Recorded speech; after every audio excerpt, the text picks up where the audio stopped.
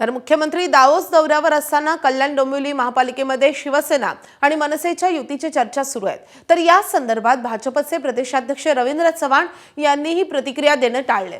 दरम्यान कल्याण डोंबिवलीमधल्या राजकीय परिस्थितीबाबत मुख्यमंत्र्यांना विचारलं असता सध्या मी दावोसमधील गुंतवणुकीवर लक्ष केंद्रित केलं असून परत आल्यावर मुंबईत जे करार झाले त्या संदर्भात उत्तर देतो अशी प्रतिक्रिया मुख्यमंत्री फडणवीसांनी दिली आहे। एक करार कल्याण डोंबिवली में मनसे के साथ सिंधे गुट का हुआ है, तो उस करार की जानकारी आपको मिली है क्या? मैं अभी डावोस पे फोकस कर रहा हूँ। महाराष्ट्र आऊँगा तो सारे महाराष्ट्र के करारों की जानकारी आपको दे दूंगा, आप चिंता मत कीजिए। दरम्यान मुख्यमंत्री दावोसवरून आज रात्री उशिरा मुंबईत दाखल होतील। मात्र इकडे महापौर आरक्षण सोडत जरी निघाली असली तरी महायुतीची सत्ता असलेल्या महापालिकांमध्ये महापौर कोण बसणार या संदर्भात अजूनही प्रश्न अनुत्तरितच आहे। अशातच मुंबईसोबतच कल्याण डोंबिवली, उल्हासनगर, पुणे, नाशिक, नवी मुंबई आणि छत्रपती संभाजीनगर सारख्या प्रमुख महापालिकांसंदर्भात महापौर पदाचा प्रश्न मार्गी लागणार आहे। आज शिवसेना प्रमुख बाळासाहेब ठाकरेंच्या जन्मशताब्दी कार्यक्रमानिमित्त राज ठाकरे आणि उद्धव ठाकरे एका व्यासपीठावर येणार आहेत। बाळासाहेबांच्या जयंतीनिमित्त षण्मुखानंद सभागृहात विशेष कार्यक्रमाचे आयोजन करण्यात आले। कल्याणमध्ये मनसेनं ठाकरेंच्या शिवसेनेची साथ सोडल्यानंतर काल उद्धव ठाकरेंनी नाराजी व्यक्त केली होती। आता आज ठाकरे बंधू पहिल्यांदाच एका व्यासपीठावर येतील। आज उद्धव ठाकरे आणि राज ठाकरेंच्या उपस्थितीत काय भाष्य केलं जातं हे पाहणे तितकंच महत्त्वाचं असेल। दरम्यान पंतप्रधान मोदींनी बाळासाहेबांविषयी ट्विट करून नेमकं काय म्हटलेलं आहे आपण पाहूयात।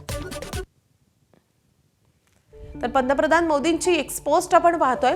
महाराष्ट्राच्या सामाजिक राजकीय परिदृश्यावर खोलवर प्रभाव टाकणारे दिवंगत बाळासाहेब ठाकरे यांच्या जन्मशताब्दी निमित्त या दिग्गज व्यक्तिमत्वाला भावपूर्ण आदरांजली। तीक्ष्ण बुद्धिमत्ता, प्रभावी वक्तृत्व आणि ठाम विचारसरणीसाठी ओळखले जाणारे बाळासाहेब जनतेशी एक अद्वितीय नातं जपून होते। राजकारणाबरोबरच त्यांना संस्कृती, साहित्य आणि पत्रकारितेचीही विशेष आवड होती।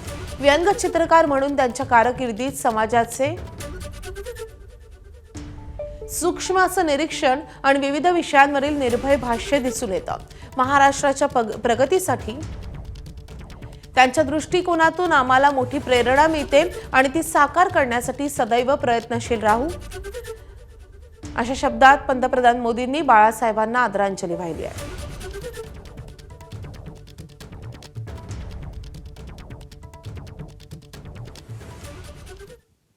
बाळासाहेब म्हणजे महाराष्ट्राची सिंहगर्जना होते।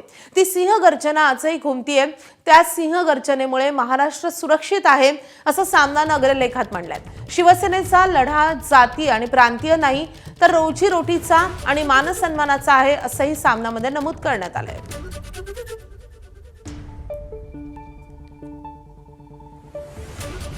तर सामनाच्या अग्रलेखातले काही महत्त्वाचे मुद्दे आपण पाहतोय। उद्धव आणि राज ठाकरे एकत्र येऊन शिवसेना प्रमुखांना एकत्र मानवंदना देतील। यापेक्षा बाळासाहेबांच्या वाढदिवसाची सुंदर भेट कोणती असू शकेल? बाळासाहेबांनी शिवसेना जन्माला घातली नसती तर महाराष्ट्राच्या राजधानीतून मराठी माणसाचं उच्चाटन झालं असतं। आज बाळासाहेब नाहीत पण त्यांनी निर्माण केलेली शिवसेना सदैव मराठी माणसाच्या रक्षणाचंच काम करतेय। महाराष्ट्र कुरतडण्याचा कोणी प्रयत्न केला तर शिवसेना त्यांच्या नरडीचा घोट घेतल्याशिवाय राहणार नाही। बाळासाहेब म्हणजे महाराष्ट्राची सिंहगर्जना, ती आजही घुमतीये। या सिंहगर्जनेमुळेच महाराष्ट्र सुरक्षित राहिलाय अशा शब्दात सामनानं बाळासाहेबांना आदरांजली वाहिली आहे।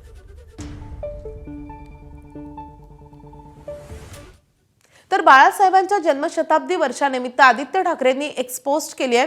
आजा, तुझा आशीर्वाद हीच माझी ताकद, हीच माझी ऊर्जा असं आदित्य ठाकरेंनी त्यांच्या एक पोस्टमध्ये म्हटलंय। त्याचसोबत त्यांनी एक त्यांच्या लहानपणीचा बाळासाहेबांसोबतचा फोटोही पोस्ट केलाय।